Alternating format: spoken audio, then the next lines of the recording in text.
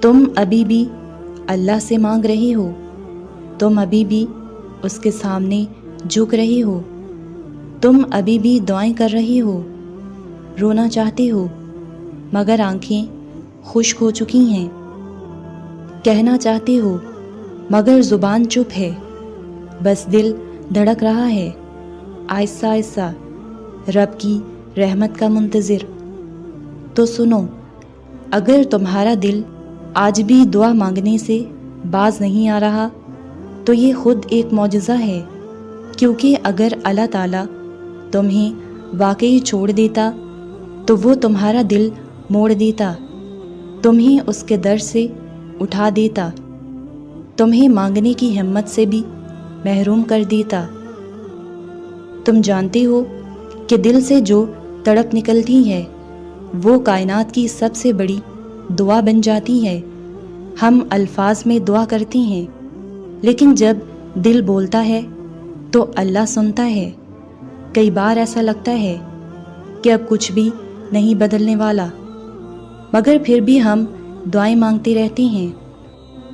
یہ جو دل مانگنے سے باز نہیں آتا، یہ اس بات کی علامت ہے کہ اللہ نے تمہیں ابھی چھوڑا نہیں بلکہ اپنے قریب کر لیا ہے۔ قرآن میں اللہ تعالیٰ فرماتا ہے کہ میں قریب ہوں، پکارنے والے کی پکار کو سنتا ہوں جب وہ مجھے پکارتا ہے۔ تم نے دن رات رو کر، تھک کر، مانگ مانگ کر جب کوئی جواب نہ پایا تو تمہارے دل میں آیا کہ کیا میری دعا رد ہو گئی ہے؟ نہیں، کبھی نہیں۔ اللہ کبھی دعائیں رد نہیں کرتا، بس مؤخر کرتا ہے۔ کیوں؟ کیونکہ وہ تمہیں بہتر دینا چاہتا ہے، یا تمہیں دعا کے قابل بنا رہا ہوتا ہے، یا تمہیں تڑپا کر ایمان کے اس مقام تک لے جانا چاہتا ہے جہاں دعا بندے کی آنکھ، دل اور روح سے ایک ساتھ نکلتی ہے۔ معجزہ وہ ہوتا ہے جو ناممکن لگے مگر اللہ تعالیٰ ممکن بنا دے۔ حضرت ابراہیم علیہ السلام کو آگ میں ڈالا گیا، اللہ نے فرمایا اے آگ تو ٹھنڈی اور سلامتی والی ہو جا۔ حضرت ابراہیم علیہ السلام کے لیے کیا وہ معجزہ نہیں تھا؟ حضرت یعقوب علیہ السلام نے برسوں حضرت یوسف علیہ السلام کے لیے دعا کی، بڑھاپے میں بینائی بھی چلی گئی مگر رب نے بیٹا بھی دیا اور بینائی بھی۔ حضرت ایوب علیہ السلام بیمار تھے، دوست چھوڑ گئے، بیوی تک پریشان ہو گئی، مگر جب حضرت ایوب علیہ السلام نے پکارا کہ اے میرے رب، مجھے بیماری نے چھو لیا ہے اور تو سب سے بڑھ کر رحم کرنے والا ہے، تو اللہ نے شفا دے دی۔ کیا یہ معجزہ نہیں تھا؟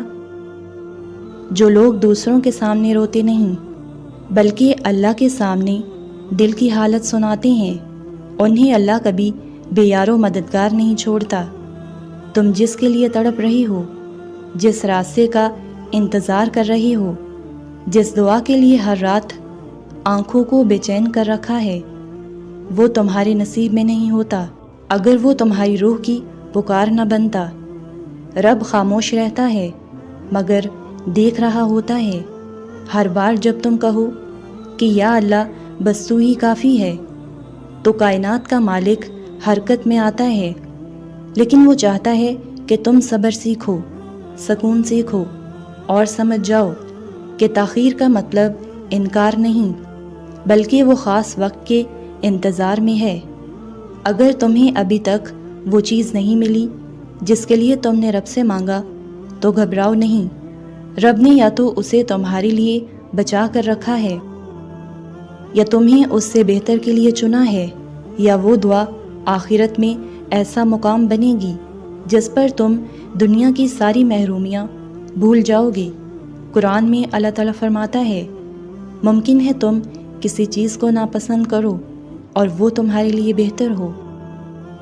یا اللہ، اگر کوئی معجزہ ابھی باقی ہے تو وہ ہمیں عطا کر دے، ہماری بے بسی کو طاقت میں بدل دے، ہماری خاموشی کو قبولیت میں، اور ہماری آنکھوں کے آنسوؤں کو خوشیوں کے لمحوں میں بدل دے۔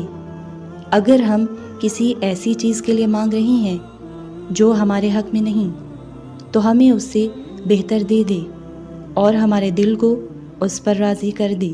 آمین۔